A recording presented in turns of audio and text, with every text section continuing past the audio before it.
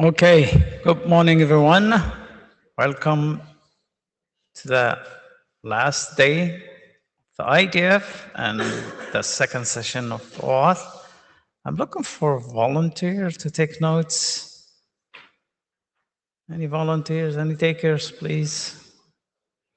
Just the highlights. You don't have to take a note of every word. Thank you. So, remind me of your name, sorry? Paul. Thank you, Paul. Appreciate it. Okay. Okay, let's get going. So the reminder that the note will applies here. I'm assuming by now you've seen this multiple times, so make sure you're familiar with this if you're not. Few tips. Same thing. I'm sure assuming you've seen this already. Please make sure to log in. This will help us know how many people attend and plan for future sessions, and allows you to join the queue if you need to. And for remote participants, please make sure to mute your audio and video unless you want to speak up. And if you join the queue, please state your name before you start talking. We've talked about update. This is a Friday agenda. So we'll start with the workgroup draft, which is at station-based client authentication. We had an interim on this one, but hopefully we can wrap this soon. And then we have a number of individual drafts. So we kindly ask those presenters to allocate some time for Q&A at the end of, like, don't take the full 10 minutes presentation, but allocate some time for Q&A. So maybe 5-6 minutes presentation and then some Q&A. And then we're gonna switch and talk about policy language in OAuth. So we're allocating about 30 minutes for that. And at the end, we'll have a discussion about clustering of OAuth work. This is, as we mentioned, with tons of requests coming our way, so we're gonna kind of try to get a handle of the control over this or handle of this. And George and Aaron have been doing great work, and we'll be discussing this and see how we want to progress on this. So that's our agenda for today. Any bashing of that agenda? Okay, thank you. Let's get going.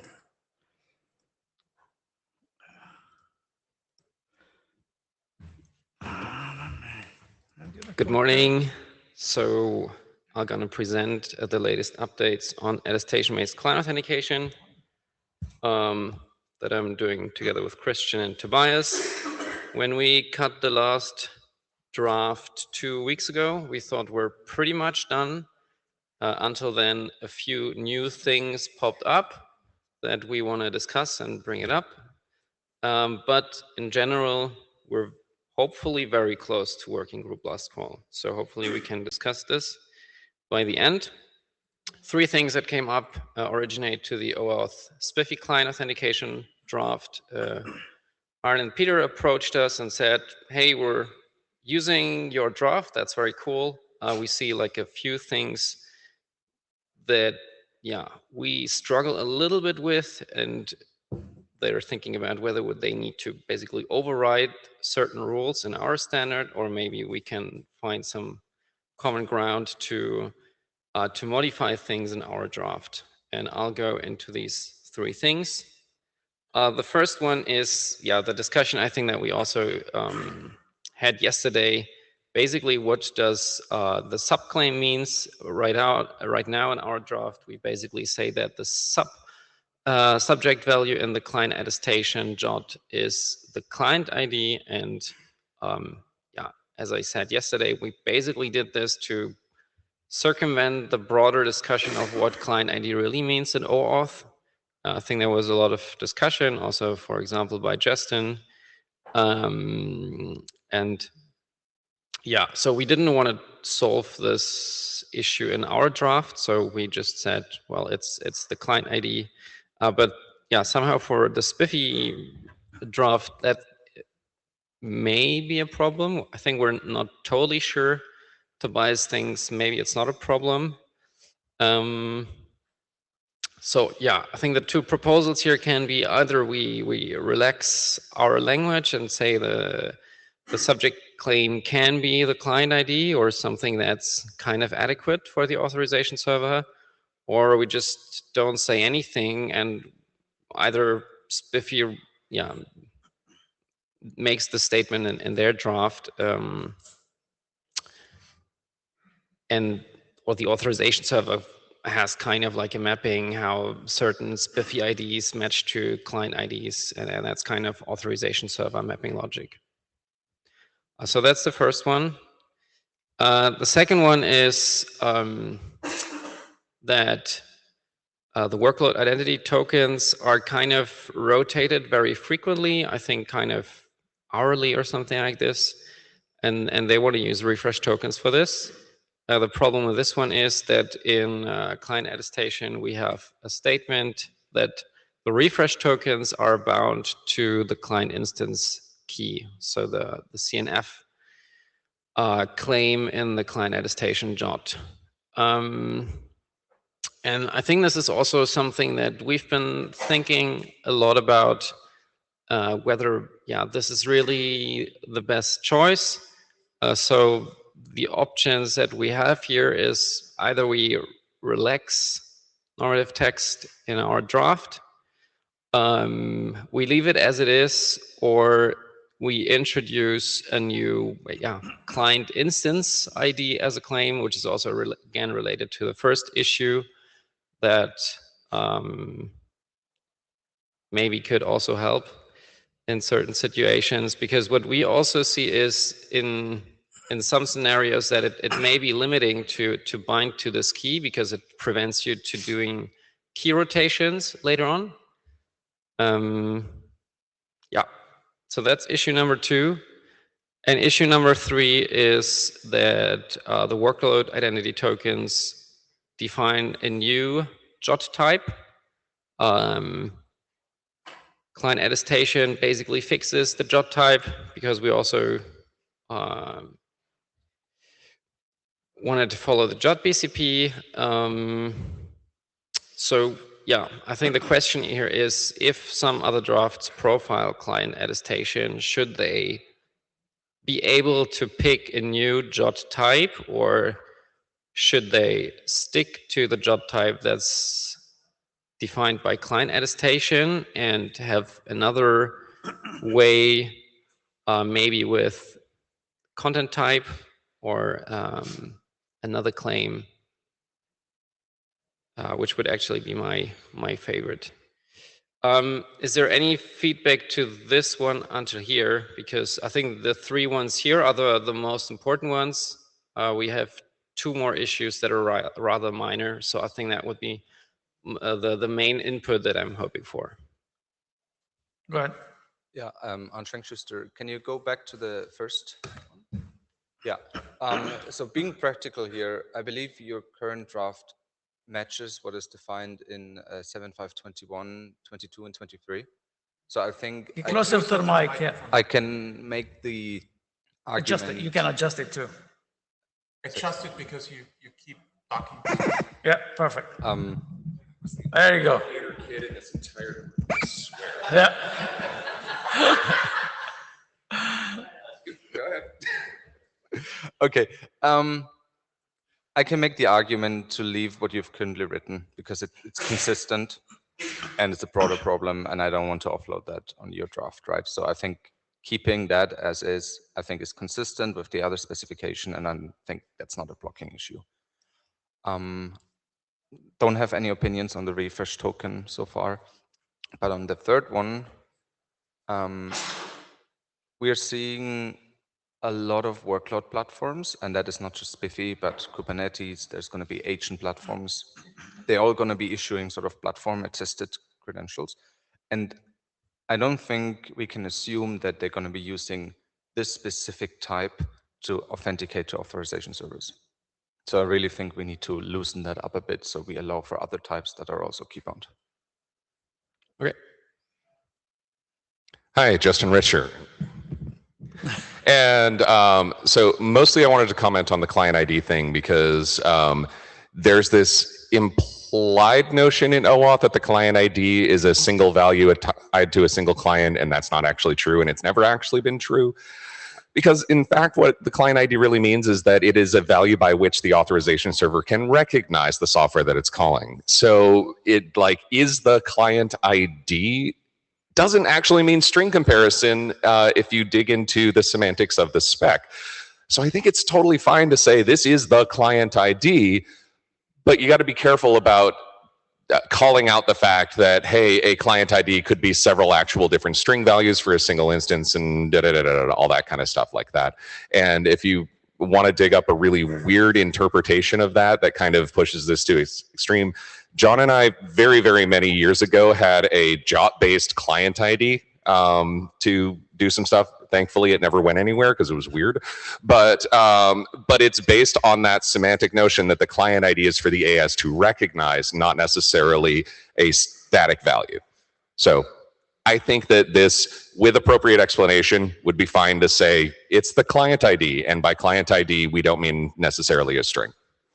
Okay. So client ID is context specific. The authorization server may have some logic there. Okay, thanks. Yeah, so I think with the client, oh, sorry, Joseph Heenan, Auth Lead.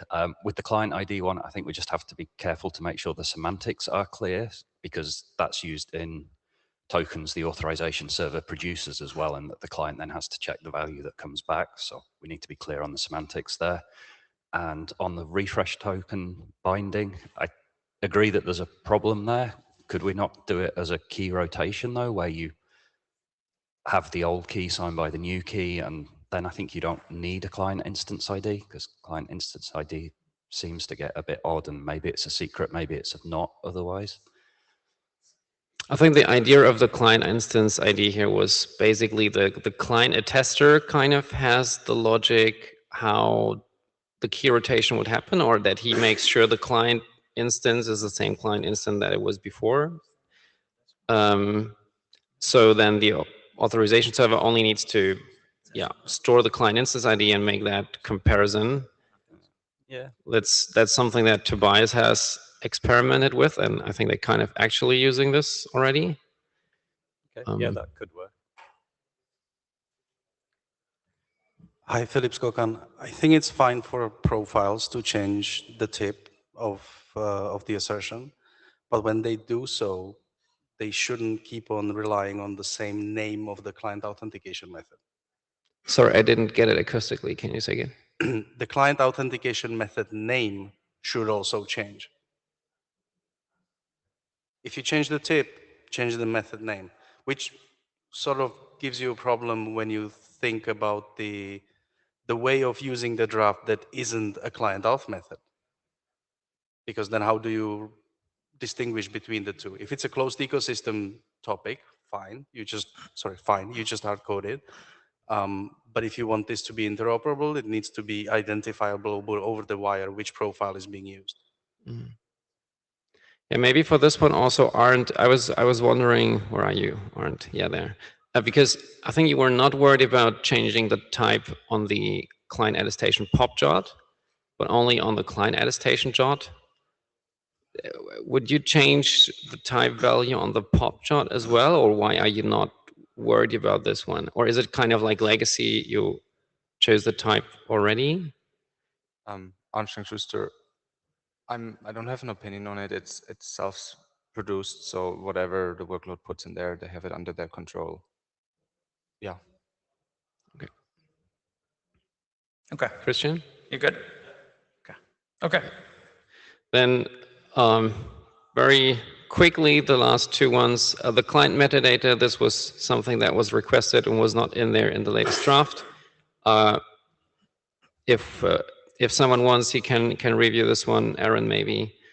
And the very last one is we got a request from people to say what's our relation to 7.5.21, because some people are using this already, and it would make it easier for them to transition to a client attestation. The problem here is that RFC 7521 always uses the HTTP body, and we have everything now in the HTTP header, and 7521 uses the client assertion type, but also the client assertion value. So it's unclear what the client assertion value would be, and that could lead to confusion and bugs. So I think our proposal is here to not say anything about RFC 7521 and not use it at all. Is there anyone thinking differently?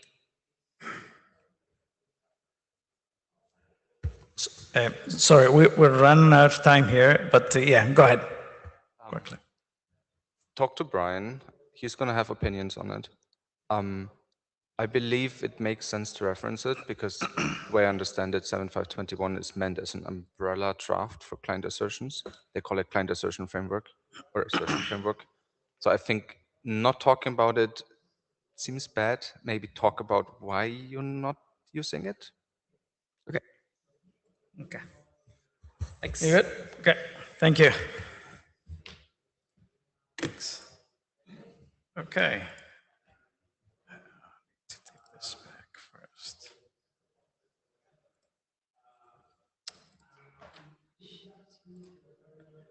Who's next? Justin. Yeah. Okay. All right, good morning, everybody. It's Friday on IETF. Let's all wake up. I am here today to talk about HTTP message signatures and how we can use them in OAuth. And I just added Aaron's name to the slides, so it's his responsibility too. I'm going to go really quick through what HTTP message sig actually is and how it works, but mostly I want to talk about how it applies to sort of the OAuth space. That's a really big echo. I think I'm just too loud for the compressors. Anyway, HTTP seg is a general mechanism for signing HTTP requests and responses. It's a detached message system, which means that detached signature system, which means that you don't actually replicate contents in the signature carrier to go across, unlike Jose, which is made to be a self-contained cryptographic system. And it's all defined in RFC 9421. Oh, and you can play around with it at httpsig.org, which I do recommend you going and playing around with it because it's a really great way to see how it works. So, when you're signing a message, you have to pick what you want to sign, choose your keys, normalize the message, generate a base string to sign over because it's a detached mechanism. You do have to do some normalization. And then sign it and shove that in the message and you're on your way. The important thing here is that there's a couple of bits, and for the folks online, I'm laser pointing at the things with asterisks. There's a couple of things here that the signing spec does not actually specify. And that's important because we deliberately left that open for applications of message signatures to decide what was needed there. So let's take an example message. We're going to figure out that, hey, we want to sign the method, the target URI, and the content digest. To do that, first we have to calculate the content digest because you don't get that for free in HTTP. And then we create what's called the signature base string. And you can see here we have the 3 bits that we're signing, the method, target URI, content digest, and this last line, and it's always the last line, has all the parameters that tell you what was signed. It's got some tags in it, stuff like that. Once you sign that, you get a bunch of bytes, and you shove that bunch of bytes onto your message along with, as you'll notice, the contents of that last line. This says, this is what I signed in this message, and this is the signature for it. A couple of important things here. One, you'll notice that it doesn't actually replicate, oh, the method that I signed was post in any of this right here.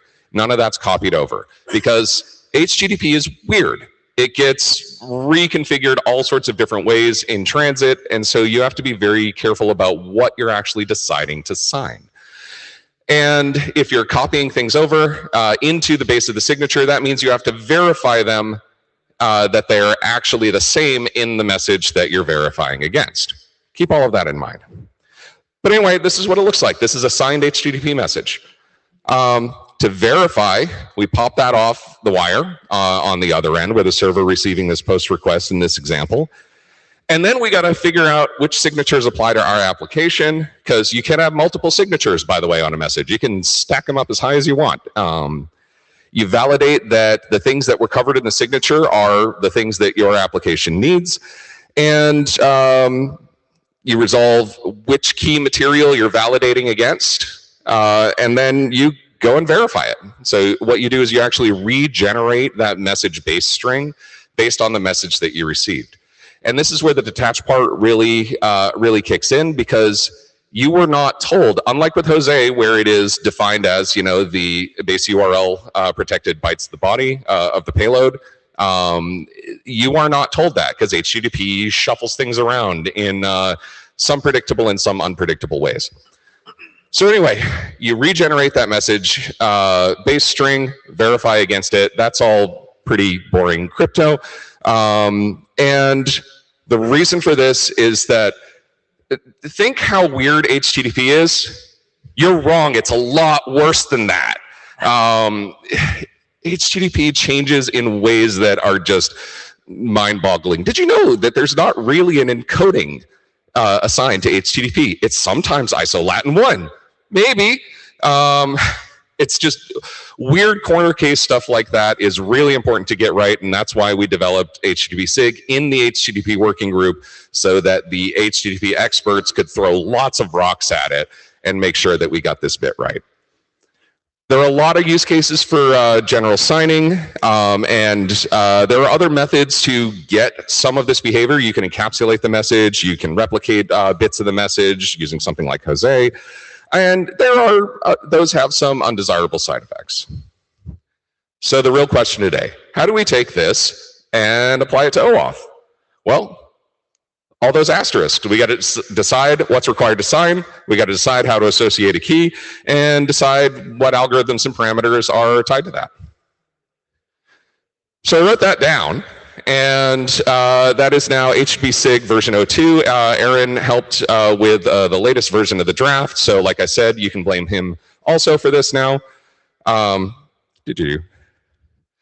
If you're presenting an OAuth access token, it makes a lot of sense to sign the authorization header, and that includes the token value. And then method and target URI seem pretty reasonable. Is there anything else? Maybe. I think that's something that we got to discuss. In order to get the key associated, OAuth gives us two really interesting opportunities right out of the box. We could introduce them at registration time, meaning that the client just registers, hey, this is the key that I'm going to use for binding tokens to. And for especially static clients and things like that, that makes a lot of sense. Could also introduce it at runtime, just like Depop. This is one of the most interesting parts of Depop that I've always loved, is the dynamic key introduction at runtime. It fits a lot of use cases really well, especially if your registered keys and your runtime keys might be different for some reason. So anyway, you figure out which one of these that you want to use, and there are probably other ways to do key introduction. That's something we should talk about as a working group. In my draft, I effectively limited it to JWK. Maybe we don't want to do that. I don't actually know. We'll get there. In order to introduce a JWK over the wire at runtime, I did the really dumb caveman thing in that I serialized the JWK and base64 encoded the JSON serialization and called it a day.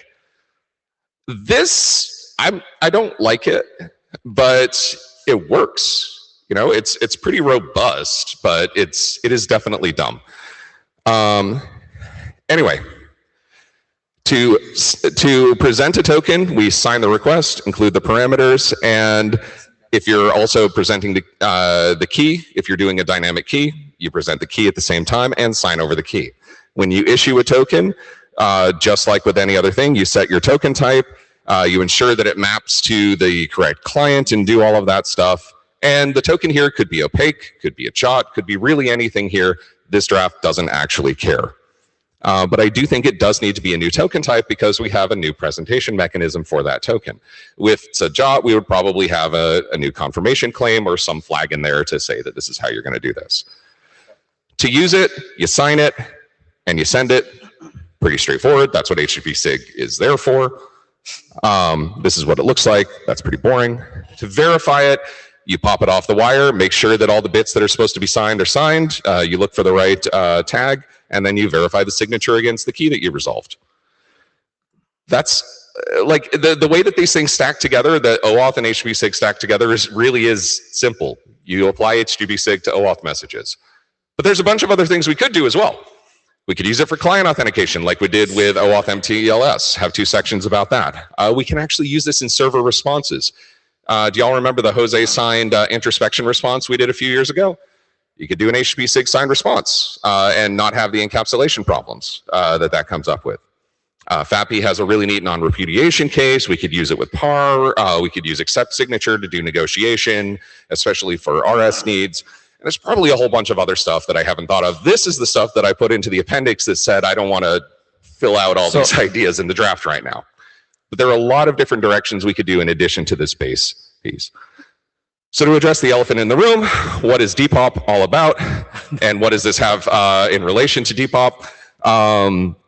Depop was designed for a limited use case by design, and I think it's great for that. I think that this addresses a different set of use cases, different key management, different presentation tactics. And Jose's not a good fit for signing HTTP. Anybody who's implemented Depop will know how weird it gets when you're trying to cram all those bits together. HTTP doesn't play nice. It works fine, and if it works for you, yeah, keep doing it. But I think that we need to define a more general mechanism that works in other different spaces, and we can do that here. So I'd like to propose that we work on this here in the working group. This is the right place to do it, and I think it's a legitimate option next to Depop and MTLS. Okay, thank you, Justin. We ran out of time, so I'm gonna give 2 people a chance, 2 people only, and the rest will, unfortunately, we'll have to go ahead, Kathleen. Sorry, I tried to go fast. Lucky I hit the button quickly. I have a lot of questions. I don't think we have time for them. I know. So we also, gosh, I have too many questions. I'll have to go through the draft. Maybe I can meet up with you. We live in the same town. We have use of HTTP signatures for authentication. 2 other working groups. Yes, that's different. Is this OAuth, right? When you're going into this whole space, or are you branching it off too much? Right? To me, this should very, very specifically be how do you apply it to an OAuth access token? That's it. To OAuth access tokens and the things that get dragged along screaming when you grab an OAuth access token. Okay, it feels like the scope is really going bigger and bigger. I really don't want the scope to go bigger. I don't think it should here. I mean, Yeah, maybe I should provide a little bit of context because this has a long history. Justin has been working on this like in this group initially, and then it moved away, and then we said, oh, we look at it later. Again, now it is the later, but many years have passed. Some of you weren't even born at that time. So almost. All right. So maybe an interim with a deeper dive would be useful. I'd be happy to do this in an interim. Yeah. We should definitely do that. But big thanks for sort of like doing all this work and battling things through and coming back. So really appreciate it. Yeah. There are already several protocols that do almost exactly this. We just don't have the OAuth version. Okay, Philip, and that's it. After Philip, I'll be really sorry. quick. Sorry. The JWK is already encoded. Let's not encode it again for the sake of the signature key. Oh yeah, no, that part's dumb. Let's make that better. HTTP signatures already carries with it the algorithm, the key ID. The only thing we need is the bit string of the public key. Let's do that instead. I'll sync up with you after. Yeah. I've seen some other worse ideas to how to do that, but I would love to work on a better idea. Thank you. Oh. Thanks, Justin.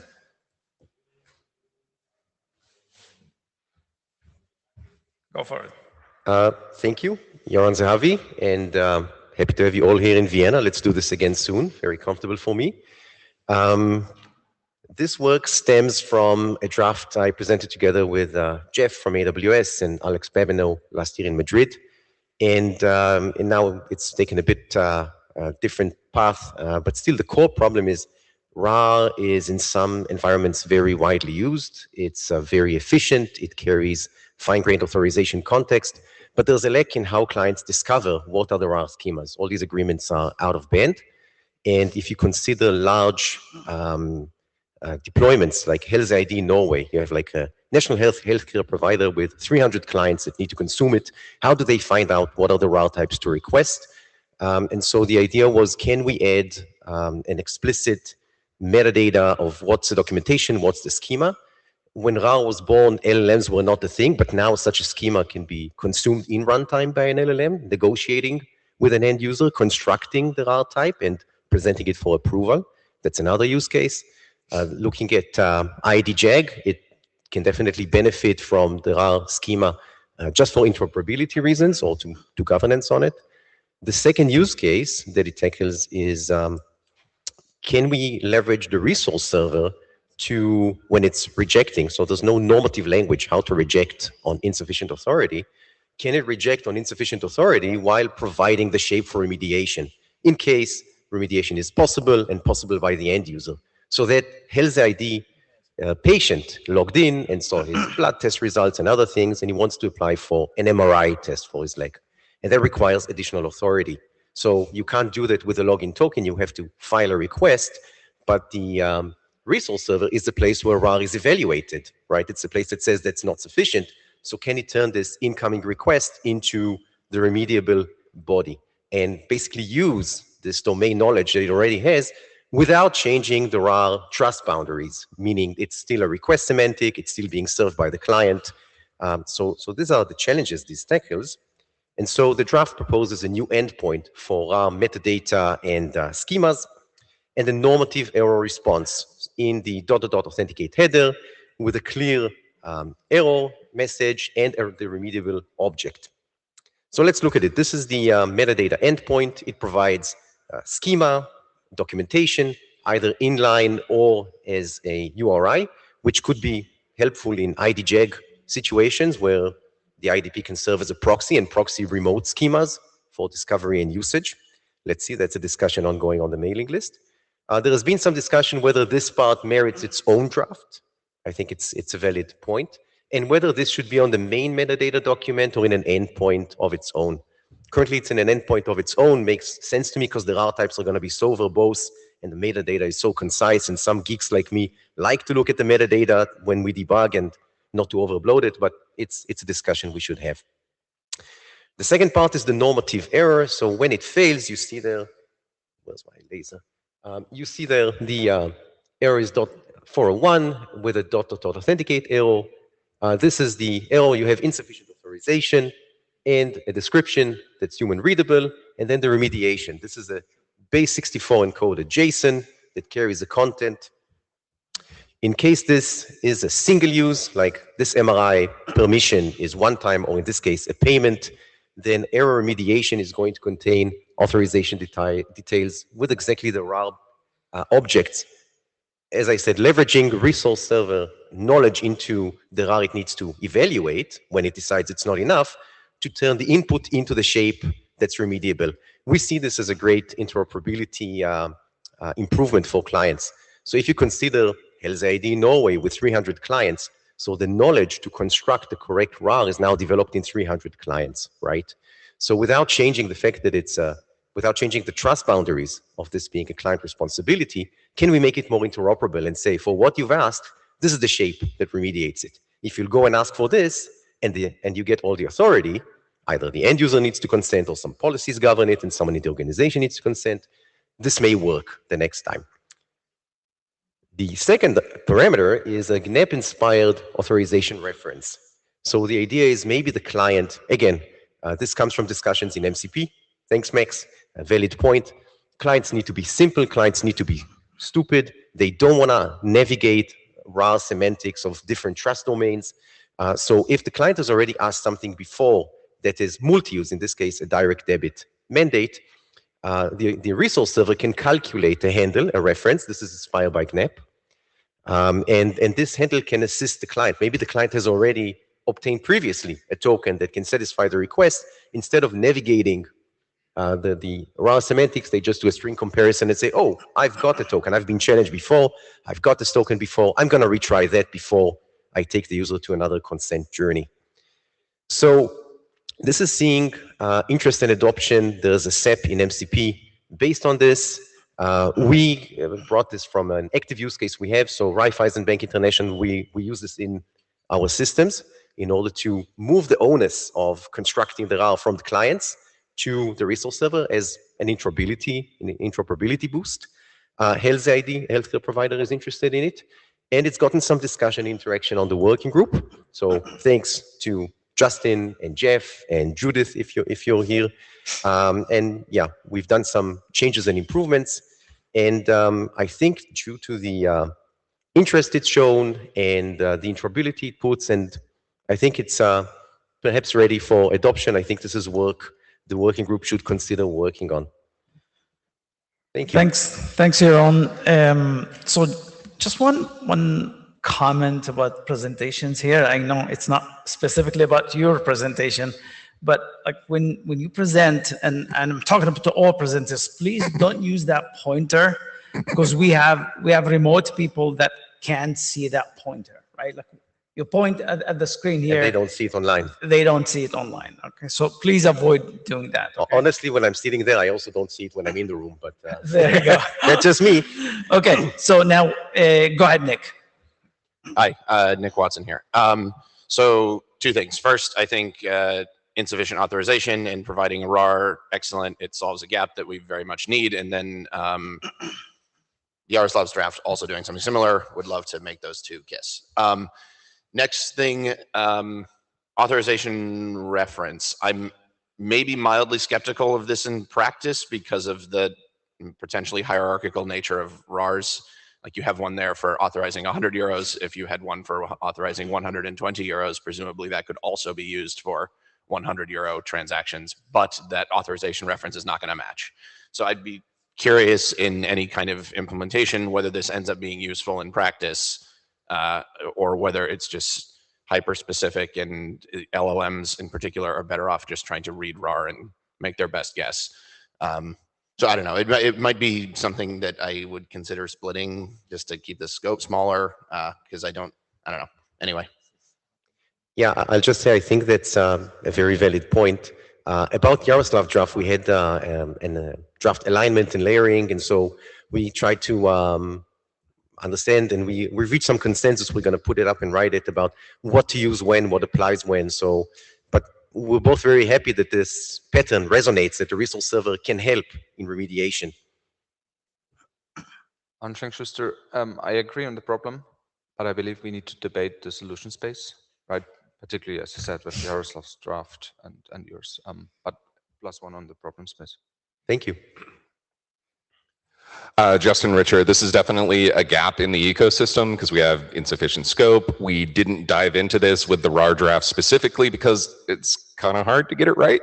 And so we wanted to make sure RAR could get out the door without having to solve the whole ecosystem. So yeah, let's go solve this part. This makes sense. I do really strongly believe in being able to pass by value and by reference for this, because so to the previous point, it's not the agent or LLM or client or anybody that needs to make sense of the reference, it's the AS. Mark the queue. And so the AS can basically figure out, oh, you asked for these two things and I can actually subsume them. That happens today with scopes. If I ask for read and write in most APIs, I didn't have to do that. I only had to ask for write. But that doesn't break anything. And the AS can figure out how to subsume those and give you the right bits when it needs to. Thank you. Mike, sorry, we've locked the queue already. Mike, we've locked the queue and we are running out of time. So I'm gonna call for adoption here and see if the work group is interested in kind of adopting this document as a starting point. So I'm gonna start a poll and please reply.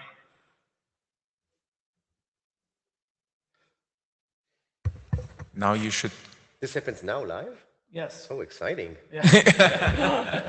Yeah, we are high-tech group here. We are high-tech group. can see the results live. Okay. Without my glasses, no. It's a good result so far. Okay. Cast your votes. Thank you. Hold on. Yeah. Okay. I think I'm gonna lock it now. Oh, still coming. Yeah, but it's Yeah. Perfect. Let's end it here. So we got 28 yes, 3 no's, and 12 no opinion. I think we have a clear consensus here to go and adopt this document. Thank you. And obviously, we will do that on the mailing list too. Okay. Thank you. Okay. Next.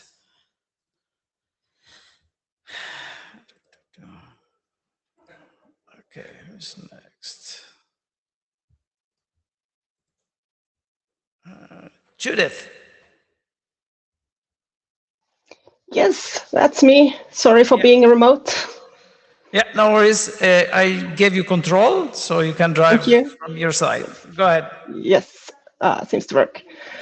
Yeah, my name is Judith. I submitted a proposal that I called OAUTH Client Challenge Protocol. And the use case I see, I called it out-of-band approval for clients, but I don't think it's limited to that. So if you come up with any other use cases, feel free to share them with me. But the idea I had is that you have a resource owner, a user that grants a client access. And we had this before, just in the chat. I saw that normally, often clients just request all permissions they can get, right? But that doesn't mean that the authorization server needs to issue an access token that reflects the whole grant. So I assume that the authorization server just has a logic that knows, well, this client gets as a base these scopes or these authorization. But that also means that the client probably or needs to step up later on based on a challenge from the research server.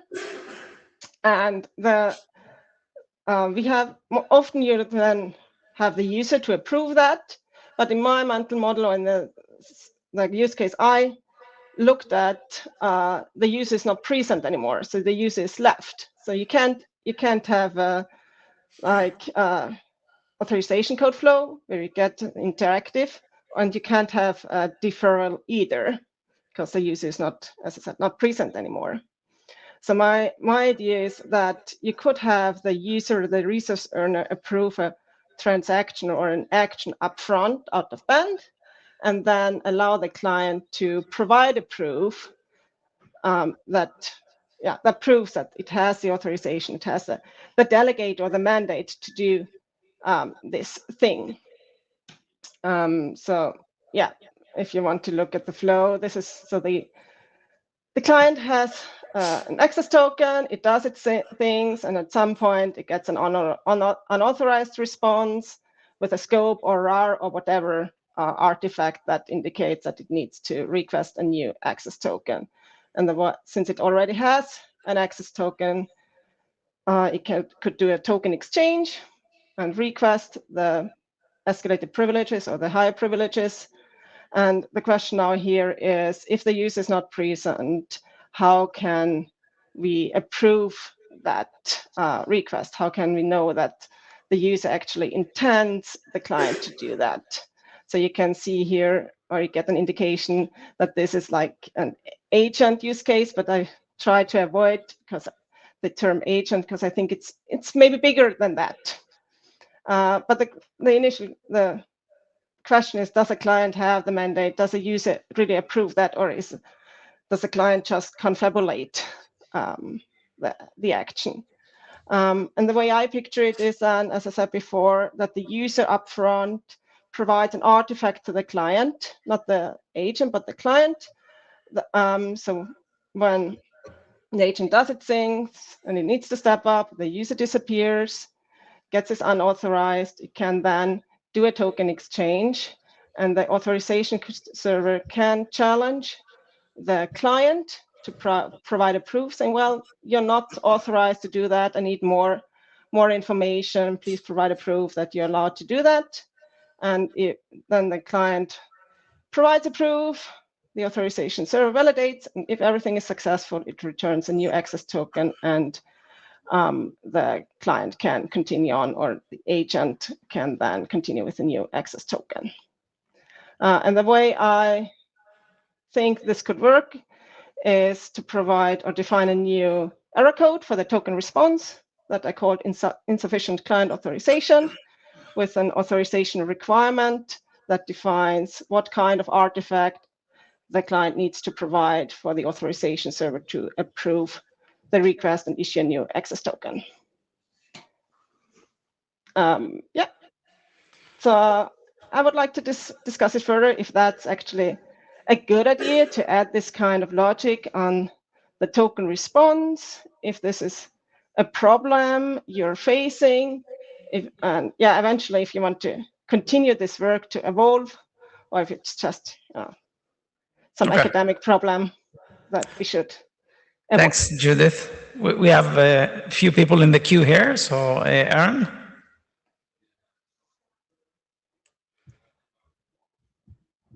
Hi, Aaron Parecki. Can you go back to the beginning of the idea here? If I understand this correctly, this is the client is already authorized to do this broadly by the user, but the particular token that it has at the moment may not be sufficient. Is that the right starting point?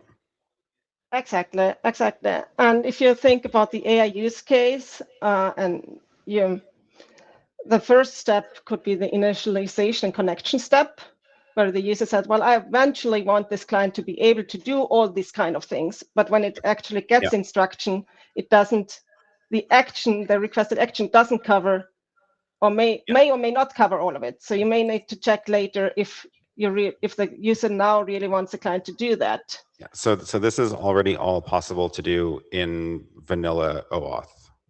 So the client does the initial authorization request, and it gets the limited scope access token and a refresh token that represents the larger scope. And then you can go and exchange the refresh token for a new downscoped access token at any time.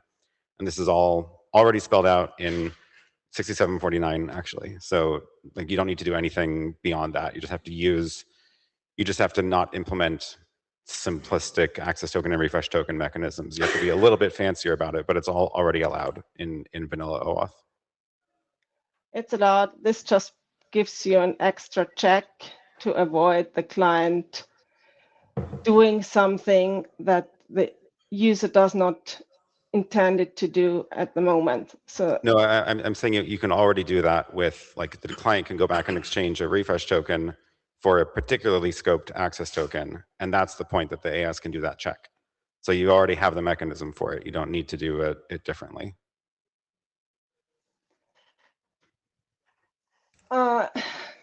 I think the difference here, yeah, I mean, it's partly covered. I agree on that. The difference here is that you have this, how to say it, separation between the authentication and the action authorization. Okay. Yeah. You're on.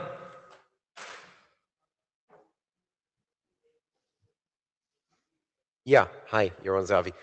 I think bits and pieces of the draft can reuse existing building blocks.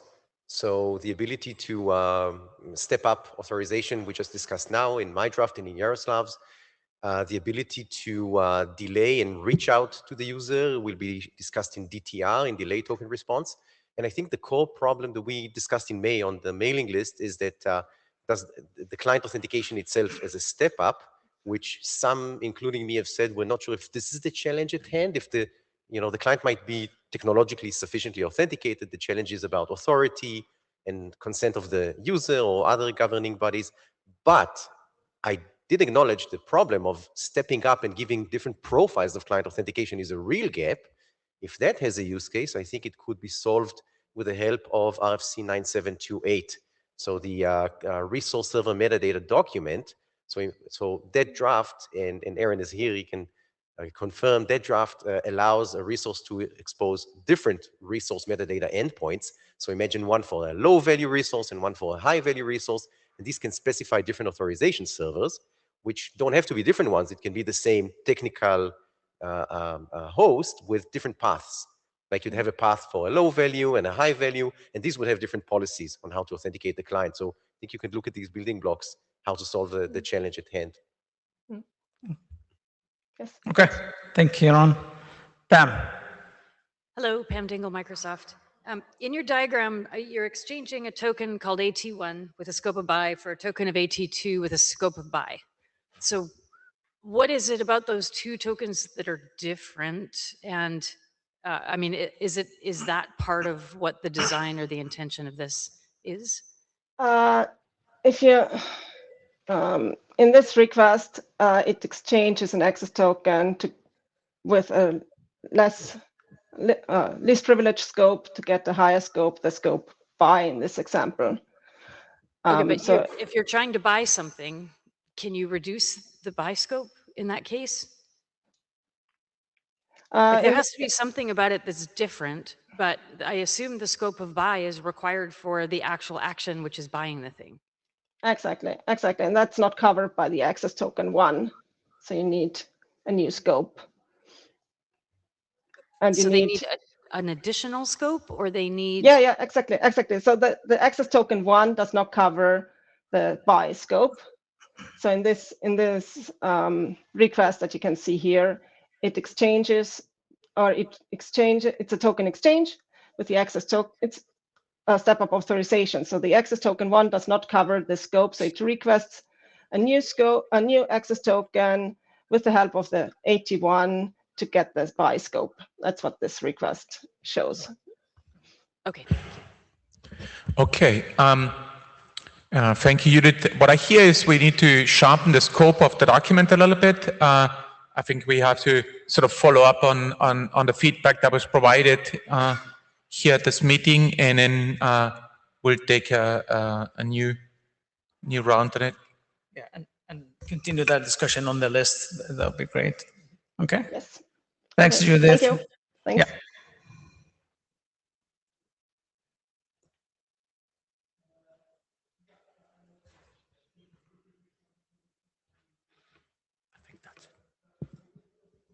Is this yours? Right? Yep. Okay. Hi, Max Gerber here to talk about deferred token response. So DTR started out as an OIDC draft last year. Then we discussed at the last IIW, and we said, hey, this is useful for things outside of OIDC. This is something that should be a general thing, and rewrote it as an IETF draft. Now we're here. So we have a lot of different use cases that we were considering when we wrote this draft. We have a use case around high-risk banking transactions. So let's say I want to send $1 million to Aaron over there. I can go and approve that transaction. Aaron can approve that transaction. He'll be happy. But the bank might want to perform additional checks as part of processing that transaction. The bank might want to have a risk auditor take a look at my account, take a look at my history, make sure I'm not doing anything that looks like money laundering. Sometimes the bank might want to go and pick up the phone and call me and say, hey, did you mean to approve this? Was your account hacked? And so this is something that's difficult to do inside an authorization flow today. We also have a use case around physical document ID verification. So if in the course of a user going through a login flow or a step-up flow, they need to present a passport, then the user will go and take a picture of the passport, attach that, send it into the AS, and then there are a lot of vendors today that will use ML models, take a look at this picture and say, hey, this is good or not good. And the ML models can return a result fairly quickly, but if the ML model can't come to a decision, a human needs to go and take a look at that picture, and that's something that takes a longer period of time. I got locked out of LinkedIn a couple years ago, and I sent them a picture of my passport. It took them 4 days to verify it. And that's very difficult to do inside the confines of a authorization grant today. And then we want to look at complex authorization workflows like human in the loop or multi-party approvals, or a lot of enterprises use identity governance administration systems to manage access to resources. So if I request access to an application, that makes a ticket, that ticket goes into a queue, and the business has rules for who can look at that ticket and approve it. And you can't bind that to an OAuth flow today. So all of these use cases are pointing to the same gap, which is around asynchronous mechanisms in OAuth. Most OAuth grants are synchronous, and you cannot wrap an asynchronous process with a synchronous one.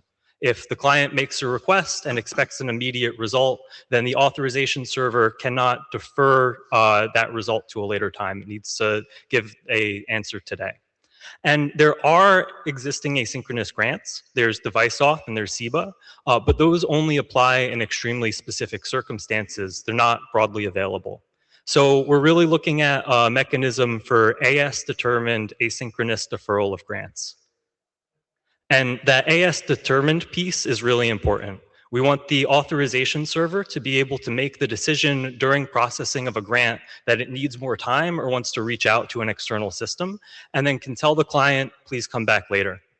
We also want to make sure that this is applicable to all grant types. So we don't want to define a bunch of new grant types like async auth code, async token exchange. We want to define a common substrate that can be used in a variety of places. We also want to make sure this is easy to roll out to existing deployments, so people can opt in and roll this out 10, 20, 30% of the time, similar to a feature flagging mechanism, instead of a big bang cutover release. And since we're issuing new artifacts that are potentially long-lived, we also want to make sure it's compatible with Depop. So our proposed solution is called deferred token response. The client opts into this by passing a new parameter, completion mode equals deferred, in the token endpoint. And then this lets the AS know that the client is capable of handling this new mechanism. If the AS decides during processing of the authorization grant that it needs more time, then it can return a new authorization pending error, and this error contains a deferral code. Then we're very much inspired by the ping and pull mechanisms in SIBA. The client can now use that deferral code to pull the token endpoint and wait for the authorization server to say a response is available for it.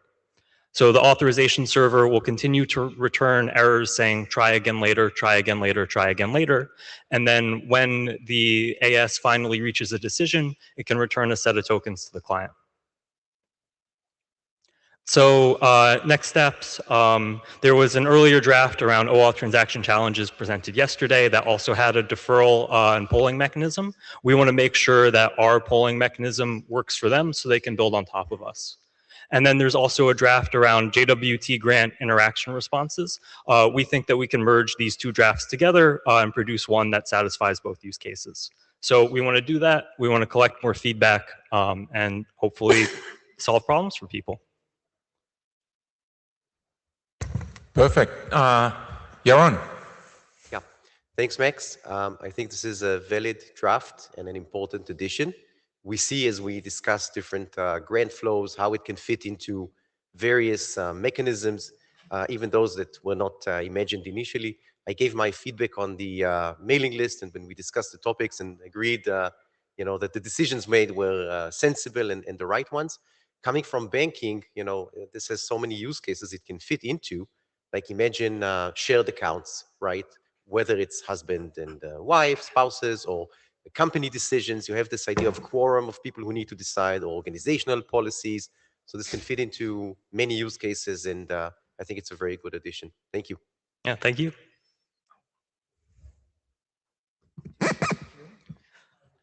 Nick Watson. So yeah, I agree. It's a good problem to solve. Use case is real. Thank you for your deployment considerations. I think all drafts should have that section. And sort of along those lines, one thing we had discussed yesterday, I'm now sharing it for the group, is the idea of saying, rather than having the client opt in explicitly, simply returning a deferral URL alongside your existing error that you would have returned for clients that don't support it. such that clients that do can use it and clients that don't continue on their merry way or error path. And then you don't need clients to opt in with a feature flag. You just kind of, and it's still backwards compatible for existing deployments. Yeah. We have some language in the full draft around the auth code flow where we change the UI that's presented to the user based on whether or not we can defer later. So if the client signals that it accepts it, we can present a different user experience in some cases.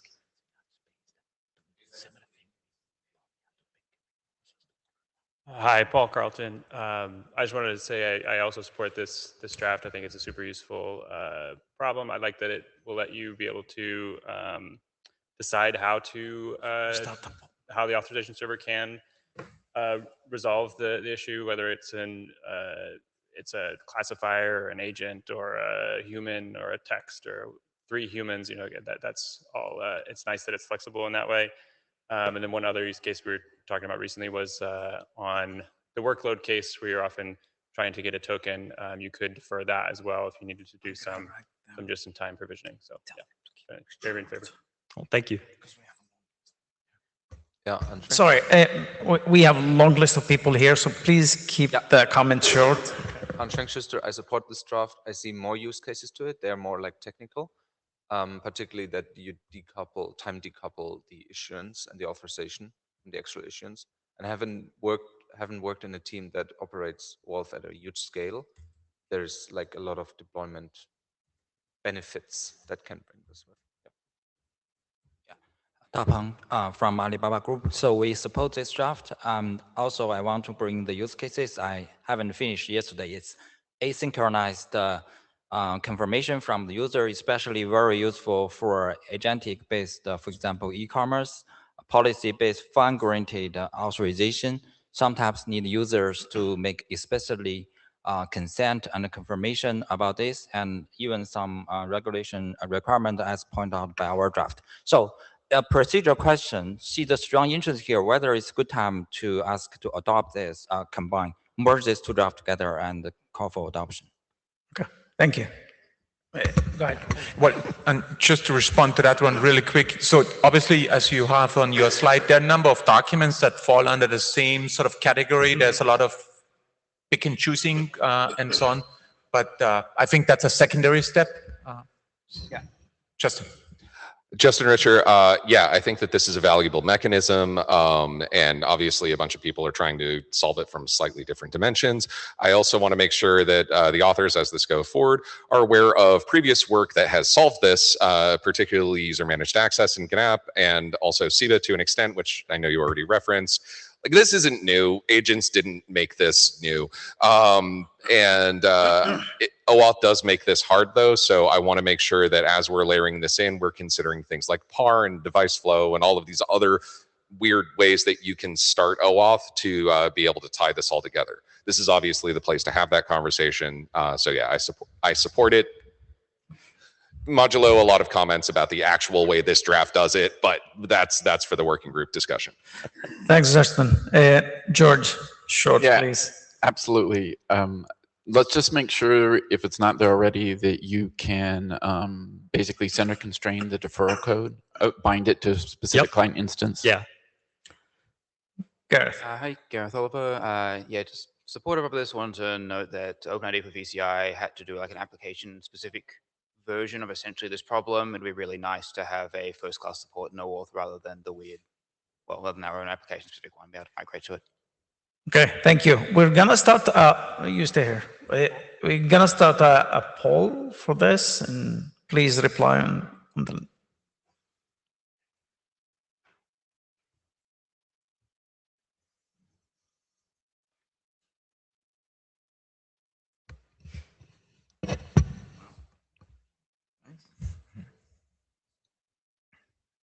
Give you a few more seconds. But it looks good.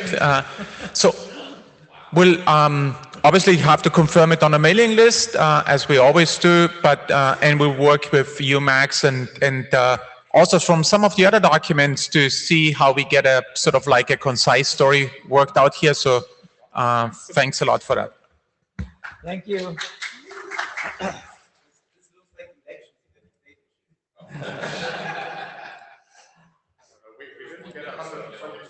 Okay. Right. Oh, No. no, that was done. We remove that. Oh, gosh, it's still there. What's going on here? Oh, this guy. Yeah. Ashwat, yeah, I think. Yes. Thank you. Hold on, let me give you control. You can drive now. Okay, all right. Thank you. Hello, everyone. My name is Ashwin Apikar, and I'm presenting today the envelope proof of possession.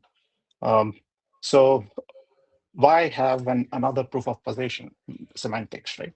So the motivation of this was essentially originating from the wide adoption of OAuth across different systems. A lot of resource servers, which are non-HTTP bound, are accepting access tokens and are working with OAuth. The other challenge we saw was primarily around around carrying two different headers, which were often getting dropped during the interactions across mesh, across gateways, across load balancers. The other friction point was resource servers, which are not HTTP, have a challenge across handling the nuns the way it is handled so far in OAuth, specifically for HTTP. This was a pertinent problem because there's no way to give a error response back and then expect client to send a nuns back as a response. Also, the wider adoption of service mesh, particularly SPIFFE, the adoption of zero trust for the workloads, is introducing cryptographic identities, which means that clients are already aware of, are already having cryptographic keys as an identity, and they are ephemeral in nature, which means that it requires a frequent rotation. And this is a problem that we wanted to solve, how we can have a seamless rotation of the cryptographic keys, which are essentially used for proof of possession. So essentially, at a high level, the concept is enveloping, which is taking the existing access token, embedding it as a nested token, and then using the cryptographic keys to create an envelope for attestation purposes. This basically creates a single instrument, which is both credential as well as proof. To address the issue of nuns, we are introducing a CNUNs, which is client-generated nuns. These nuns are generated with server metadata along with the client cryptographic key, along with the time step. So this basically ensures the freshness. This ensures that the replay and pre-created tokens cannot be used. And lastly, during the token refresh cycle, we are introducing the key rotation as well. Semantically, the enveloping concept is very similar to Matryoshka doll problem, which is essentially you're looking at tokens as a nested structure, but cryptographically bound. In terms of the actual layout of the structure, layout of the token, you're essentially looking at a type being introduced to indicate what kind of a token it is. Along with that, a CNF claim continues to stay the same. The HTU and HTM claims are being replaced by resource context or RCTX claim, which includes the resource name, method, and ID, along with the CNANs, which is not shown here in the example. In terms of the usage across different OAuth profiles and different interactions, there are three variations of the token that you essentially look at. The first one is for the authorization code and for pair usage, where you're binding the token to the key. And essentially, this is the binding EPOP token. The next one is essentially a credential EPOP, which is carried typically to the resource server or to introspection endpoint or to a revocation endpoint.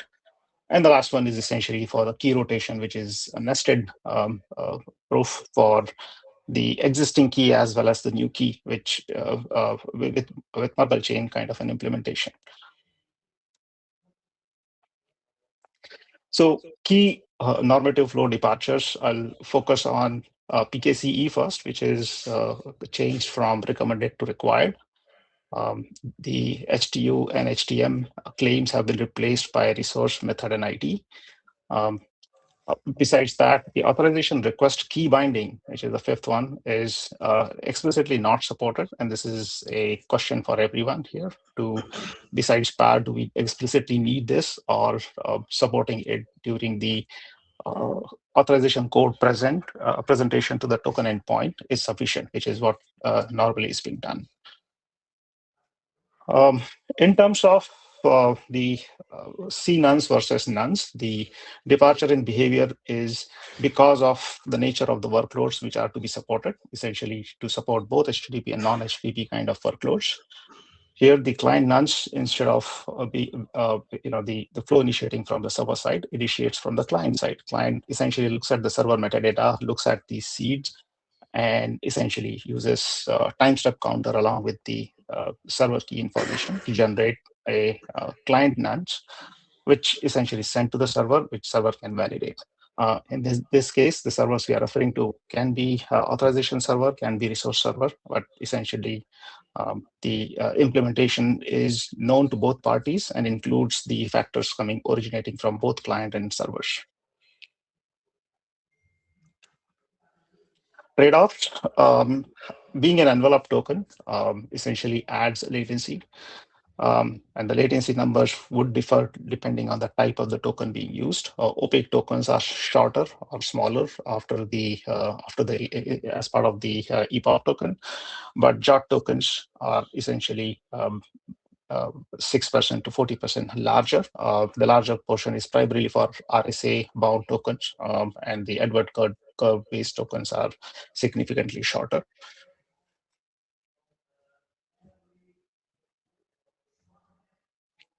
In terms of the validation pipeline, the ordering is strict, with the key binding check being the last one, and the rest of the OAuth or JOT checks happening before that. Also, the error disclosure does not deliberately include the why a specific step failed during the validation, rather than it tries to keep the same context of errors that are being used today. The nested proof, especially for the key rotation, is a two-way handshake. The inner EPOP token is essentially bound to the old key. The EPOP token, the inner EPOP token contains, as part of CNF claim, the newer key, and the outer EPOP token is signed using the newer key to represent the proof of possession for both the keys and showing a atomic rotation from a client perspective. So this essentially takes care of a atomic rotation aspect from server's point of view as well, because server is able to validate both the keys in a single step and is able to establish the new keys for the future interactions or future access tokens. So with that, I will open the floor for questions. There are open questions specifically around 4 areas for which I have already responded to some of the mailing group questions. I'm looking for alignment opportunities across WIMSI, SPIFFE, and A-Agent working groups. And I will love to hear feedback on all these aspects. Okay, thank you. Paul.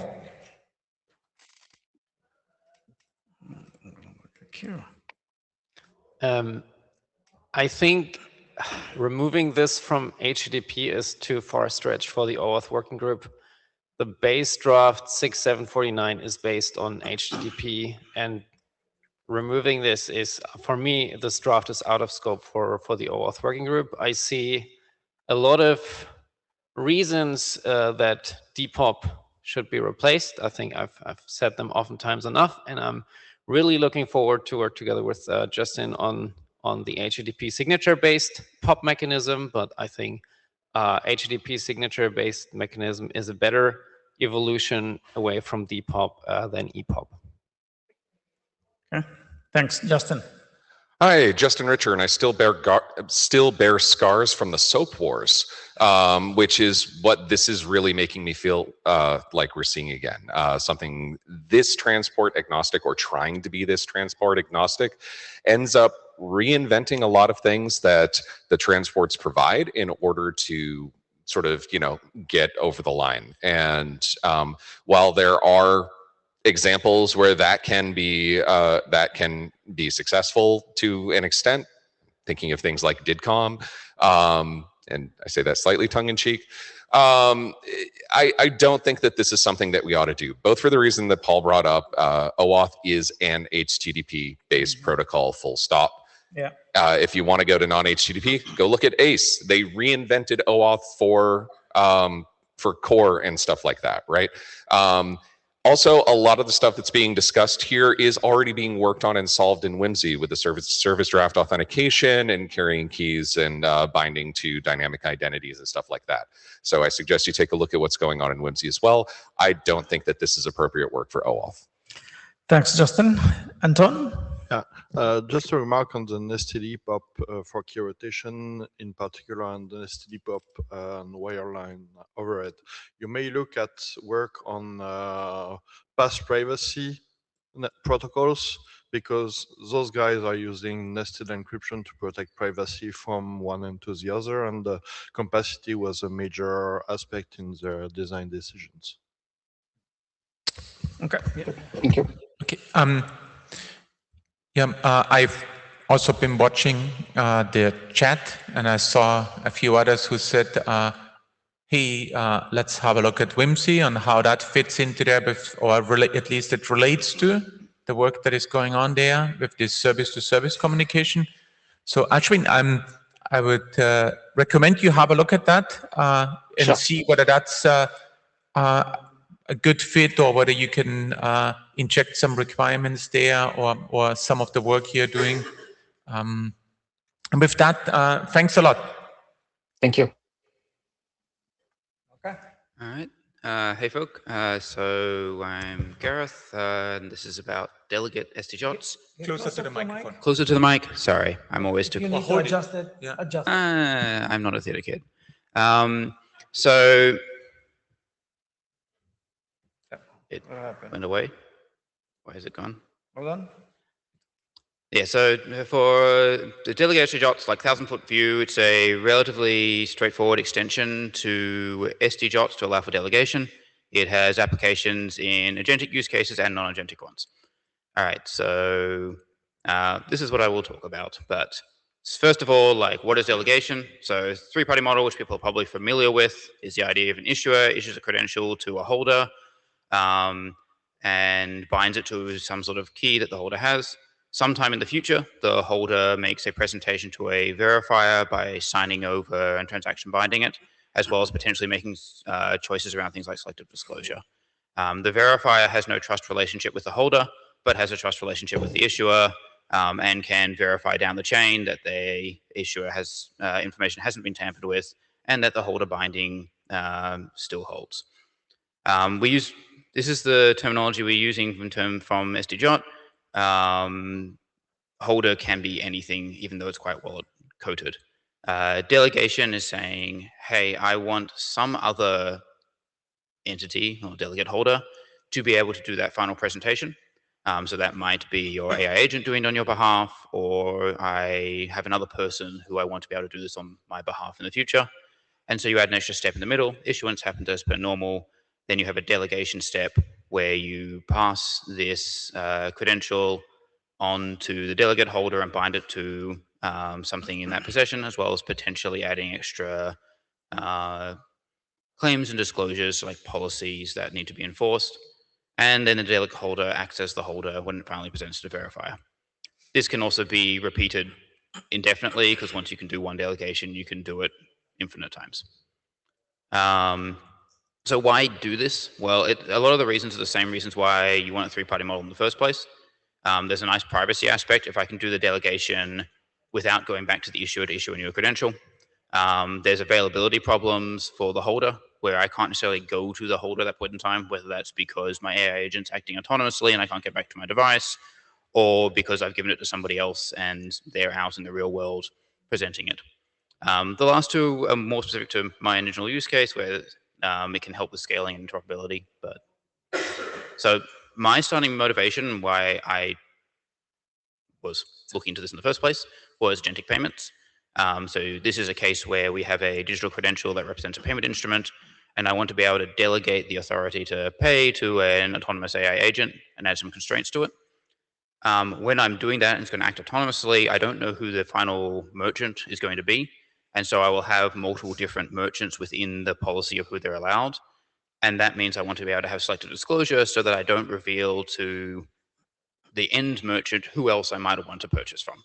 And so that sort of started looking into this, and it turns out SDJOT is really elegant for doing this particular solution. This has become AP2, Agentic Payments Protocol. It's along with MasterCard's verifiable intent, now lives over in FIDO as like the application layer thing. Now, this is not just an agentic use case, which is nice.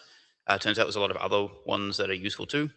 In the real world, things like if I have a vehicle registration certificate and I want to be able to give it to my friend to drive their car, this is a useful delegation one. If I want to do power of attorney, or my real estate agent is able to sell my house on my behalf, these use the same sorts of mechanisms.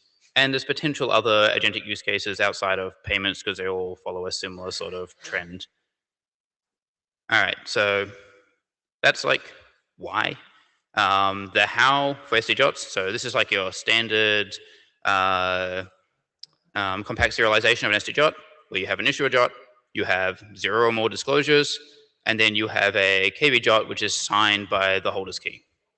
So how we can make this extend, we can use that KB JOT as the start of a new SD JOT, and then we're done, which is nice. So the KB JOT now is got a new set of disclosures, has a new confirmation claim of the delegate holder, who can then go and find a final KB JOT that belongs to the next one. And this obviously trends indefinitely. So a little bit more of a worked example to see how this like looks in terms of the JSON objects. So like the holder would initially get this SD JOT, which is a signed issuer JOT, a CNF claim for the holder, whatever else you want in there, and a bunch of hashes, as well as any all the disclosures. Then when they pass it on, this is the sort of net new thing that's happening, which is you create a KB JOT, which binds it back to the initial one, and you can exclude some of these disclosures so they never get revealed to the delegate holder. The SD hash claim binds you to the initial SD JOT, and the CNF claim binds it to the delegate one. And then you add in your own new disclosures, which could be policy statements or anything from a principal perspective, as well as the CNF claim that now applies to the delegate holder. And so you could keep doing this in the future, but eventually when you get to a verifier that you want to be able to sort of prove possession, you create a KB JOT exactly like you would have with a normal SD JOT plus KB, which binds it backwards, has a nonce to prove transaction binding, all those good things. So that's like 1,000-foot view of how this all works. There's a few other details in the draft, which is interesting, but yeah, why IETF? Well, SDJOT is here, SDJOT VC is here. It's also at the same level from a layering perspective. It should be application layer, so application agnostic, and if you use SDJOTs today, then you might want to use this.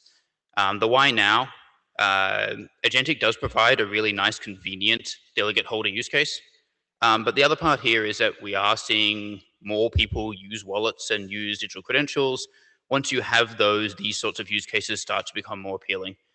So having a mechanism for doing it would be nice. And not having people sort of trying to reinvent their own way of doing so. Yeah, there's some open questions that as a draft moves forward would be good to answer, particularly things like common delegation policy. Right now, that's all just in like the application land. There's probably nice to standardize those so people don't have to reinvent the wheel. There's revocation questions. It's less relevant in the agentic case because you probably have control of your agent at least sporadically. But if I give my credential away to someone and might want to be able to revoke it, probably we can reuse existing things like status lists and those sort of things to be able to revoke just the delegated portion. Most of the interesting questions become from a deployment question because I have a application which doesn't necessarily have an easy way to host it. Those all come to like the delegation channel, which I think isn't really in scope in this layer. It's sort of the equivalent of your issuance protocol and presentation protocols, which aren't necessarily an IETF, like aren't directly inside SDJOT, but there are considerations that we'll need to think about and develop. So, yep, that is my quick. Okay. Thank you. Go ahead, Antoine. Yeah. Can you go back on your slide 12, please? Yeah, here. So Yes. I was wondering, looking at the added order disclosures, what is information that you carry with this added order? Because as I understand it, it's the users that gets the JWT that adds it and before delegating. So what is the kind of information you convey with this added order disclosures? I'm not entirely sure I understand. So the user would add the disclosures into the delegate holder, and then the delegate holder could remove some of those when it does the final presentation. And so it will reveal only a subset. So you could imagine those disclosures were like merchant 1, merchant 2, merchant 3. The delegate holder would have all of those. And then when it presents it to the verifier, it says, oh, only merchant ABC is the one that's inside there. Is that what you were asking? I think the question was what are the additionally added disclosures beyond the ones that you initially had, because you're not adding new content to the. So you are adding, so like, yeah, the added disclosures are not the same. So this is the entire thing that comes. So the initial disclosures still apply with the initial JOT, SDJOT. The disclosure H1 is different to disclosure 1. So like, so these are added ones. These are actual net new, and so you get both the initially revealed ones, so like disclosure I1, and you get the disclosure H2, so that you can see, hey, this was this credit card or this person, and the policy says that I'm allowed to do that. So indeed, you recontextualize the way the token was issued before delegating, and then you reduce the scope. Okay, so let's continue that on the list. Sorry, we're running out of time here. Frederick. Yeah, hi, Frederick from Madura. I just want to say we have many use cases for this, and there's a lot of demand for a solution to this. And if it doesn't get adopted, we'll just implement proprietary versions of it. So please adopt it. Okay, thank you. Christian. Christian Bowman, Sprint. Yeah, you mentioned the agentic use cases. I think there's a lot of other use cases as well, like on behalf of flows, like giving some delegation to your tax accountants so they can do stuff on behalf of you. I think it's kind of a natural evolution. That makes sense to me. Yeah. Okay, thanks, Christian. And Nai? I have one question. It seems that every entity in the chain must sign the token. So this means the resource server needs to access all the public keys from the chain. Yeah. I think it changed the trust model and need great modification. Moreover, from my perspective, we haven't handled the multi-delegation model in OAuth. So maybe it's too early to combine multi-delegation with SDJOT. So it seems like two questions. So you don't need to access new public keys. It's one of the nice things about the like SDJOT plus KB that's building on top of. The public key is included inside the credential. And so it's been endorsed by the issuer and then endorsed by next one down. And so to do the verification, your verifier's trust only needs to be on the initial issuer. And then it just takes the sort of wrapped key for the next one down and uses that for the verification. And so your anchor is still just one. Okay, sorry. Daniel, very quickly, because we've closed the queue, but just one comment. Okay, thank you, because we're running out of time. It seems that there's good interest in this document, so let's keep discuss, and there are some questions. So let's continue that on the mailing list and see if we can clarify those questions and see if we can progress it maybe next time. Okay, or even on the mailing list. We'll see how it goes, right? Yeah, if there's, so we are going to ask on a mailing list whether there's interest for adoption on this document. So it looks like also looking at the chat, I see plus ones on adoption. I see feedback here, people sort of raising their hand here. So looks like you're onto something here with the delegation. Okay, thank you. Jeff.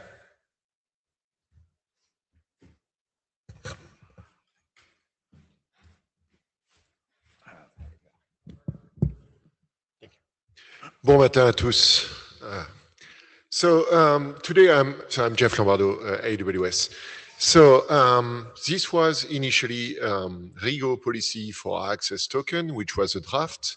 Then we decided to elevate the discussion to talk about whatever policy language binding for OAuth, because I'm one of the vendor into the ecosystem for such policy language.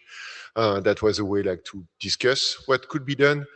But the whole discussion went differently. So don't expect a draft debate over here, but more about what is the synthesis about the analysis we have done of. It's not working. It's not working?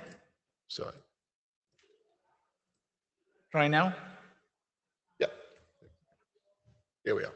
So more of the analysis of should we have a policy language binding for OAuth. So just to wrap a little bit, you already all know that, but for those who do not, when we are dealing with application today, it's no longer just a single client. It can be like a multiple client that will allow like a transaction to be able to progress for whatever initial goal you gave to the first client into the way that he can orchestrate this movement moving forward. And now if it's the only time where we will cite AI and LLM into it, it just means that the business logic of such client are coded live by a developer that lies somewhere in the cloud to be able to decide what are the next step exactly into this transaction. So that's revealed like multiple things, is that we went from a deterministic path to a probabilistic path. So maybe we didn't plan ahead of time for everything that needs to be done. The goal is decomposed into multiple tasks. Then for each task, we want to be sure that we are intentional about the fact that this is least privilege. So we need to be able to define this least privilege credential or token that we will give to each of the client. And finally, because we don't know effectively how we will reach this end goal, there will be negotiation in between the different parties, whatever it is, the client, the AS, or the RS. So from there, we decided to try to wrap all the problematic into 5 different pillars. The first pillar is to be able to define what is this transaction goal? What do we want to achieve effectively at the end? And because we know that the goal will be decomposing into tasks, we need to be able to talk the same language. So to use like a domain-specific schema to be able to express what we want and to be able to express what we will receive. The way to make those specific requests and to receive the result of that, that will be defining the envelope for the exchange. Like we said, there will be negotiation along the way. So we need the different parties, and especially the RS, which is the poor child of the family at the moment on this aspect, to be able to signal back if there is not enough information available for it to be able to perform the right access control into the mechanism. And finally, because like the resource owner, if there is a resource owner, needs to provide more information or to be able to guide how the transaction needs to be able to move forward, we want to have the ability to asynchronously confirm with this entity how we should move forward. So like I said, initially, this lot was for the debate around the proposition from my peer here, Max, around the usage of RIGO policy into access token. So I just want to respect the fact that this proposal was made into the first place. So as you can see, this is just like a standard exchange in between a client and authorization server and a resource server to be able to obtain an access token. But the details on how we are expressing those requirements of what we might want to have into the access token in the end, what we will receive, all of that will be returned in the form of a policy language, and in this case, into the proposal of Max, into the RIGO language. So let's take a look about, is it good or not? There was multiple attempts into that. Max is not the first one. We, AWS, tried that with you before. It was in Canberra, if I'm Brisbane, sorry, if I remember properly. This did not get too much traction, but the results that we came to, if we can just summarize that over here, and sorry for the fact that this slide is broken in terms of format into that. So what we see is that if we start to pass policies inside the request and the token, that can lead to some policy provisioning. So that means that the entity on the other side of the traffic, whatever it is, the AES or the RS, might be confused into exactly what it should achieve as a result. And we don't want that to happen. Generally, the policy language is something that lives into the backend, behind those AES and RS. And the client, when he's talking to those other entities, the AES and the RS, he knows that he needs to talk into OAUTH2 language. And he might not be even aware about what are the policy language that are supported into the backend. So we should not ship code. We should just ship context. So if you bring that back to the P star P model, that's mostly having a role of a PIP once we want to communicate from the client to the AES and the RS. So if we look at what are the result of this specific draft of having a policy language into OAuth token based on those 5 pillars, what we see is that anyway, the policy only describe a task, not defining a goal. It's very difficult from a policy document to be able to express if the task related or expressed through this policy document is part of a larger element, which would be the goal. Policies need the schema anyway. So maybe we should stick again with what OAuth2 is providing to us and try to find the right schema over there.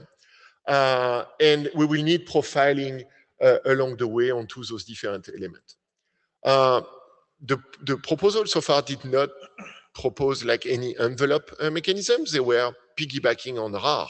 So if they are piggybacking on RAR, maybe that's a signal that RAR is effectively the mechanism we should really try to fit into.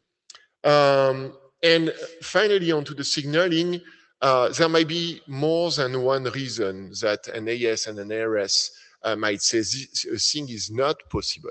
And there is this much policy we can pack into a token. So for sure, there will be a limited visibility onto the signaling that will happen, and therefore will increase the confused state that might happen, whatever at the AES or the RS, when this will be evaluated. So the conclusion we came to into our analysis is that we should effectively be more OAuth2 friendly. For one big reason is that we already have a very strong envelope capability, which is RAR, which has also look into way to improve with higher assurance way of exchanging those authorization details, whatever it is through PAR UJA. So this is established. This is a pillar, and there is not so much to add to that. But onto the other aspect, yes, we need to start to work onto that. So we heard a lot about mission. We need to recognize that some of it came through the OAuth protocol, which is a larger trying to shift to a new stack.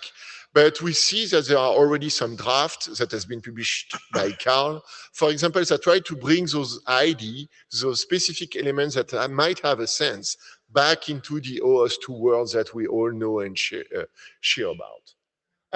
Onto the discovery schema earlier, Yaron presented that to us, and I think someone made a comment on the mic that this is one big element of this proposal, so we need to recognize this work. There was a vote for adoption, so now we should continue build onto that. For the signaling, that's the other part of Yaron draft, so maybe like I said, the comment of splitting the two to be able to represent and to have the right discussion based onto the right pillar needs to happen over there. Max has also a specific draft onto this aspect, so maybe there is like some connection to make onto that. And finally, for the async confirmation, yes, yesterday, Yaroslav presented his own draft for the transaction token challenge, and we saw the deferred token response element. So we see that we already draft on the floor to discuss that are more aligned with OAuth. And the So that's what we want to talk about. Now, there is a question still. Is there no hope for policy into an OAuth ecosystem?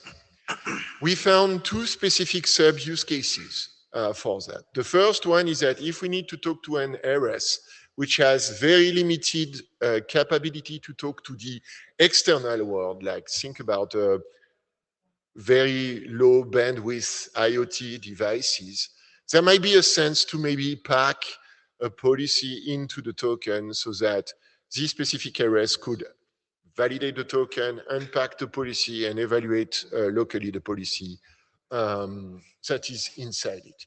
The other part was the other Yaron bringing the point that maybe some clients, and especially like client powered by LLMs that can understand more context, might want the exact reason on why a resource server decided to decline the release of a resource, and therefore to return the policy that exists into the PDP behind the RS, so that he could have like a better understanding and make a better attempt next time. But we think that those are still like very edge cases, and we can like really put that aside. Even for the return of policy to the clients, there might be like disclosure, unexpected disclosure of information that might lead to recon into an attack supply chain. So where I'm going with all of that. So from this analysis, we see that we already have a lot of draft on the floor. We think that formalizing that along the 5 pillars give us like a set of guardrail into our discussion and how we could handle all those drafts moving forward. So what we are proposing is that, do you agree that we could create within the OAuth working group some kind of design sub-team that could review each of the new drafts that are proposing so that we can ensure that they fit along those 5 pillars? And that's all I got. Arndt, please. Hi, Arndt. I have a clarifying question. Do you want to defer the authorization decision by putting the policy into the token and let it evaluate at the resource server? Or is the result of the authorization decision a basically different encoding by encoding the result as a policy language? Like, Okay, so I will restate. So there is no draft into this specific presentation today. Okay, yeah, fair enough. So we were just coming from, do we need this kind of capability from a general standpoint? Okay. And the decision was no. We should not have a policy inside a token or an authorization request or those kind of things. We should be able to formalize authorization request and result of those authorization requests with the mechanism we already have today, which are OAuth 2 native. But we still wanted to recognize that there was like one small edge use case for that.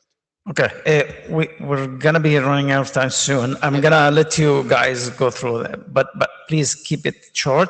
And if we see lots of interest, we would be happy to schedule an interim to discuss this further. Okay, so George. Yes. Two things. One, there's a bunch. Sorry, George.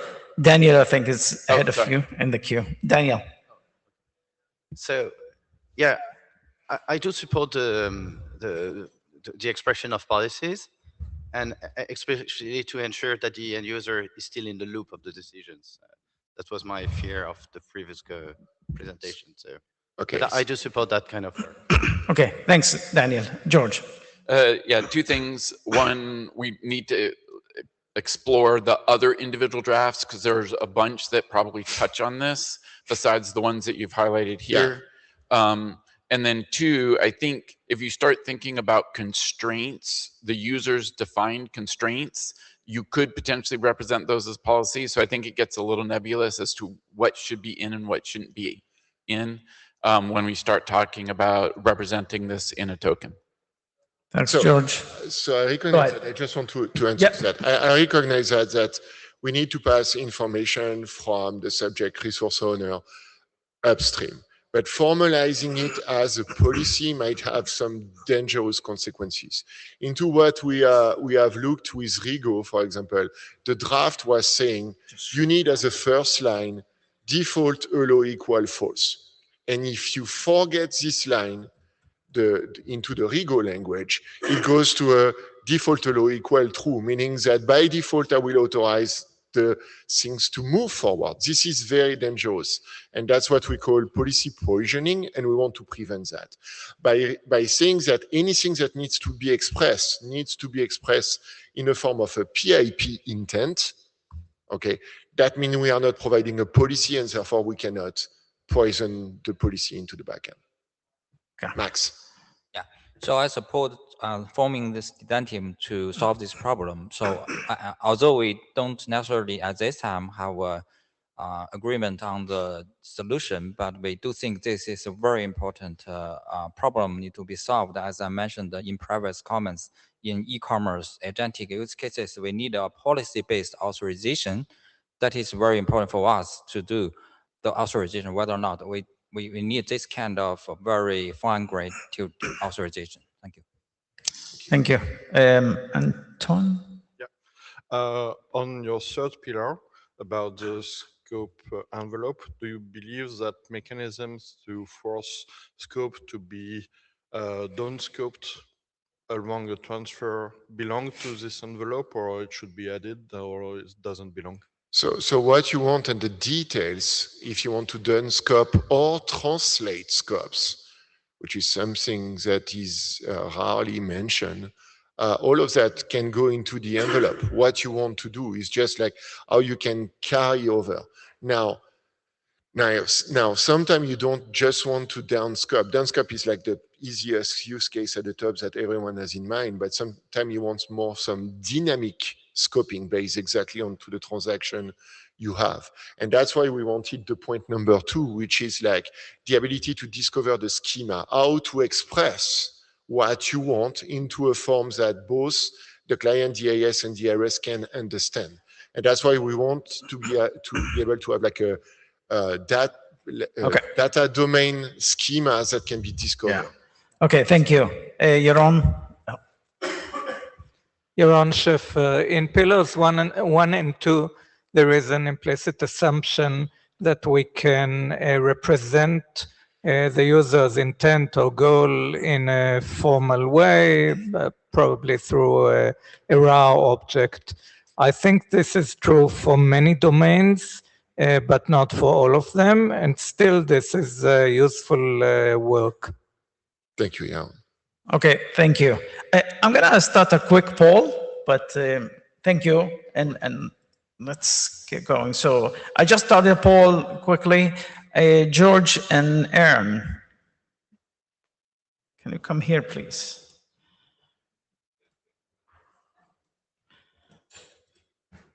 Okay, and I'm gonna hand you the clicker here. So there looks like there are a number of people interested. What we would like to find out is like, have a specific problem statement, because this is a little bit fussy and nebulous to me, at least, on the policy work, and also explain in such an intro meeting on what precisely the interoperability challenge would be, on where we need to do this, because people have been using policy all along, but they did it locally on their premises, and then nobody else cared, of course. So, but we have enough people, so it looks exciting, and we'll schedule this, and we will have a good discussion and see how we move forward with this. Yeah. Thank you. And thank you to Jeff and team. They've been doing lots of work and behind the scenes to get this ready. So thank you, guys. George and Aaron. Okay, so we are going to go quick. There still might not be time for discussion. All right, here we go. First thing, this is a proposal, and the reason there's a proposal for like how do we think about all the work in the OAuth working group is because there's over 70 individual drafts currently in OAuth. So some thought process Aaron and I and other people have been talking about is, can we sort of group all of our existing work into some sort of subgroupings, or we call them clusters in this particular case, and then basically map new individual drafts into those clusters. So I'm going to, since we can go back to the slides. So anyway, sorry. Go ahead, please jump in. So the part of the problem is that there are more drafts submitted to the working group as individual drafts than any one or even 50 people can possibly review at this point. So we need some sort of systematic way to better filter these before we bring them to meetings, because it is not productive to just randomly select them and try to discuss them here. So we're trying to come up with some sort of framework for this, something that is going to be a little bit more sustainable, including a sort of initial self-selection process, which is this idea of then creating these categories to be able to better evaluate where your work fits in. So can you go to the next slide? Yeah. So the idea would be that if you're thinking about presenting a draft, obviously submit it to the data tracker as soon as you can, but try to figure out where it fits within the existing body of OAuth work. We can ask the chairs to schedule an interim meeting to discuss maybe that group of drafts in that cluster, and then that can determine, what drafts actually get time, and maybe we can do some of that sort of combining work before a meeting like this. Like, there's already been a couple drafts here where we've talked about combining them. Maybe we can kind of front load some of that work, right? So this group of 9 clusters is based on some review that we have been doing of taking a look at all of the existing RFCs and adopted drafts in the group. So basically every RFC or adopted document fits into one of these 9 categories. This is not necessarily perfect. Feel free to bike shed this. But this does currently capture, in some way, all of the existing work. I don't think we're going to go through all of them, but we have slides if you're curious about how all the docs fit in after this, so you can look at the meeting materials for that. But just as an example, like, let's take the client identity authentication and registration bucket. There's a bunch of work there. This is all the existing drafts. And then if you go and look at a lot of the new documents, a lot of them fall into this as well. And we've done this for all the 9 categories have this all broken out.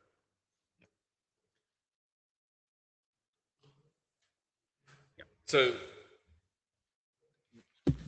The only other thing, a little bit to Jeff's point, Jeff's previous talk, is we may need to add another group. So as Aaron said, right, these 9 aren't necessarily set in stone, right, initial proposal, but I do think that some sort of grouping like this is going to be necessary for us to be able to sort of analyze and process all of the new work. So we may need a complex delegation, kind of a bucket. If you add that and you start looking at drafts, I think I ended up with like 21 draft potential of the existing individual drafts. 21 of them might fall in that complex delegation bucket. So again, a lot more work here to sort of do this. And then I think to Aaron's point earlier, we need to start looking at if multiple individual drafts are covering the same sort of semantic topic, can we combine them, or can we merge an individual draft into an existing working group draft if there's mapping there? Keep going. Oh, okay. Well, I think that was it. It was basically discussion. So we just wanted to throw this out there as an initial proposal and then figure out how to process. So I think this is a good idea because you have a lot of work and you need to organize the work and approach it from a systematic point of view. And this does that. My question to you all is, where do you document the categories? You do, as it turns out, have a wiki. I pulled up the wiki and Justin said, ooh, never seen that before. But it is there, and you can use it, right? So you could, this would allow people to attempt to bucket their, man, the feedback's crazy, bucket their ideas into particular categories, right? So it allows you to organize it. You obviously aren't gonna put drafts for categories, like that seems sort of silly. But I would encourage you to think about using the wiki for this because you have it. Yeah, does that make sense? Great idea. Yeah, and also in the line of what Deb said, would like to thank you guys because we see a lot of documents, so we are excited. Rayford and I are excited that you spend so much energy on OAuth. I think that's a sign of success of the technology industry, looking at these protocols, extensions, deploying them. That's why we see all of this. So this is a good feature to have, right? This is not a failure, but we need to somehow deal with the side effects of all of this. And this is we try it. We will sort of like follow the sort of for the next intra meetings, next IETF meeting. We'll see how well that works, and if it doesn't, we do something else. So let me say one more thing. So I've gotten a fair bit of pressure to open additional working groups for agentic AI authentication cases, which I have pushed back and said, I have working groups already, thank you very much. Mm-hmm. Which means that that's why you have this huge influx of work. Mm-hmm. So if you believe that's the wrong decision, you should come talk to me because it seems just purely from a logical point of view, it made no sense to me to basically silo the community into different pieces like that. So we very intentionally did not create a category for agents or AI in these 9.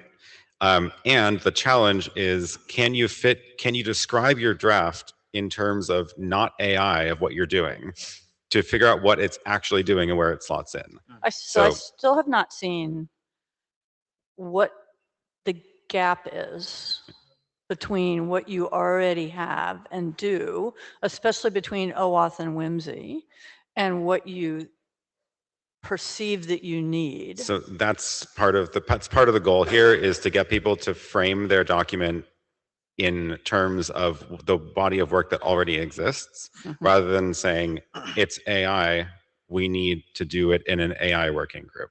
Right, so I will continue to push back on that. If you find at some point that you think that's the wrong decision, you need to come say something to me. You have between now and March, by the way. Okay, Pam, thanks, Deb. So everything you've described so far is really about how we organize the work for our review and all of the working group stuff. I do think that there is a problem for people trying to consume it. Do you have any expectation, or is it in scope to talk about having those classifications be consumable by the readers of these specifications? I hadn't got that far yet, but that's a great idea. But wouldn't that help? Like just the classification itself wouldn't. I think it might, because I mean, right now we number everyone to death, right? Oh, you don't know what 9207 is? So maybe this is a way to sort of help create phrasing for the numbers. Yeah, no, I totally agree. And one of the things that I think the wiki is a good place for this, but one of the goals is if someone who's got either an idea for a new draft or wanting to implement something, if they have this kind of map to follow, it can help them learn the space better. So I think that can accomplish both goals. Yeah, okay. Thanks. Jeff. Jeff Lombardo. So I think on top of what you said, where you put a little bit more of pressure onto the people writing the draft, and that's completely fair into that. With respect to the chairs and you all, the actual writer of stuff, maybe having like a shepherding capability, like to act as a first gate of review before it is effectively pushed or presented into those kind of meetings could help. Okay. Okay, thanks, Jeff. So thank you, Aaron and George. They put lots of effort into this work, like, and presented it in 5 minutes, but the effort that they put into this massive amount of effort is not easy. So appreciate that. Thank you. And we'll try it. And that concludes our session here. And thank you all, and hope to see you in San Francisco. And at the intra meetings, of course. For sure. Awesome. Good. Okay, you stay here.